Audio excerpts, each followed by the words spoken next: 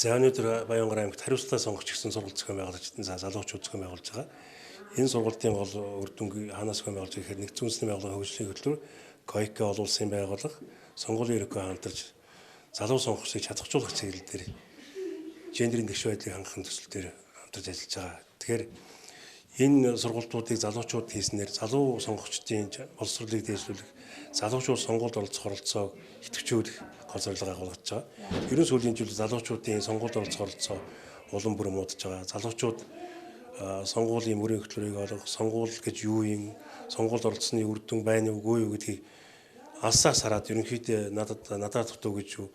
За аав ээж өгч байгаа юм чинь, эмээ өгч байгаа юм чинь ер нь ахмадууд өгдөг гэсэн ойлгосон яваад байгаа. Тэгэхээр залуучуудыг чадахжуулах, залуучуудыг тодорхой хэмжээний сонгуул гэсэн байгууллагын сонгуулийн ач холбогдол, сонгуулийн мөрийн хөтөлбөр гэж юу юм, нэр дэвш хүчээ яаж таних юм, яаж анализ хийх юм, өөрсдийг хэрхэн хамгаалж хэнийг сонгоход мөрийн хөтөлбөрт анализ хийгээ залуучуудын оролцоог нэмэгдүүлэх тал дээр яах юм гэдэг дээр нэлээд гол анхаарлаа хандуулах үүднээс энэ сургалт зохион байгуулж байгаа. За манай аймгийн сургалтын онцлог бол залуучууд дотроо одоо ажил хийж байгаа залуучууд байна, төрийн байгууллагатай залуучууд байна, хуваарийн бизнес эрхлэх залуучууд байна.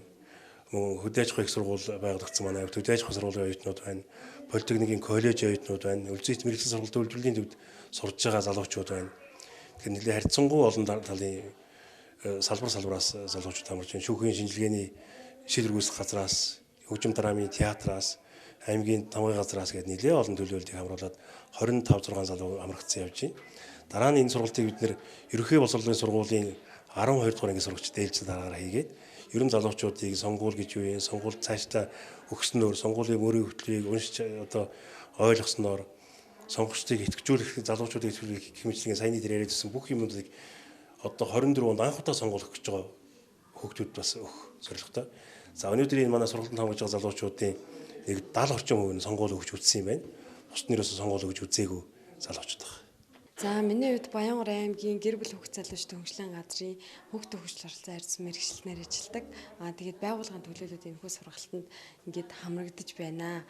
Хариуцлагатай сонгогч гэдгийг энэхүү сургалтаар би ерөнхийдөө хариуцлагатай залуучууд сонголтоо хийхэд бол хариуцлагатай байх хэрэгтэй юм байна. Сонголт хийснээрээ бид ирээдүйгээ одоо ямар байх вэ гэдэг энэ сонголтыг хариуцлагатай хийж чадсанараа бид нэр сайхан ирээдүйд одоо хөгжил цэцэглэлтэй сайхан амьдрах боломжтой юм байна гэдгийг л өнөөдрийн сургалтаар харж байна да. Би Баянгар аймгийн Политехник коллежийн үйлдвэрлэлийн барилгын техникчийн 2 ангиас ирж сургалтанд сууж байгаа. Намайг Лавгсурынгийн төр болт гэдэг. Би өнөөдрийн сургалтанд суусаар ер нь хувь хүн бидний ирээдүйд сонголтоо зөв хийх, ирээдүйн өөрийнхөө хүсэл зорилгын төлөө сонголтоо зөв хийх талаар мэдж авч байгаа. Тэгээд өөрөө мэдхгүй бас олон зүйлийг залуус дундаас мэдэж авсан. Тэгээд хариуцлагатай сонгогч гэдэг нь ер нь цаашдаа одоо сонгуул өгөхдөө ямар зүйл дээр анхаарах, ямар зүйлийг харж сонголтоо хийх талаар илүү их ойлголт авсан. Одоо ер нь хамгийн их ойлголт авсан бол сонгуул өөрийн санал хүсэлтийг ямар хүнд яаж өгөх гэдгийг, яаж сонгох уу гэдгийг сайн харж төлөвлөж өгөх тийм зорилгыг мэдж авсан. Сайн мэцгэн намайг Утган Чимэг гэдэг хариуцлагатай сонсогч энэ сургалтанд сууснараа 18-аас 25 насны буюу залуучуудын сонгуул хэрхээ идэвхтэй оролцох талаар мэдэж авсан.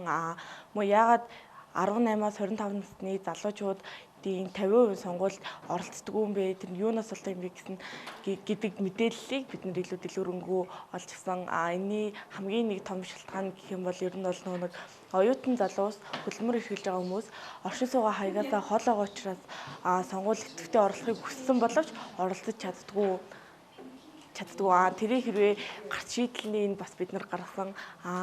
Тэрийг онлайнаар болгож болно. Эсвэл байгаа газараасаа пассвортаа авчиад байгаа газартаа сонгуулаа өгчих юм бол энэ сонгуулийн эрс бүрэн явагдаж одоо хүн болгоны хүссэн зөв хүнээ сонгож өөрийнхөө ирээдүйд маш том хөрөнгө оруулалт хийнэ гэж бодож байна.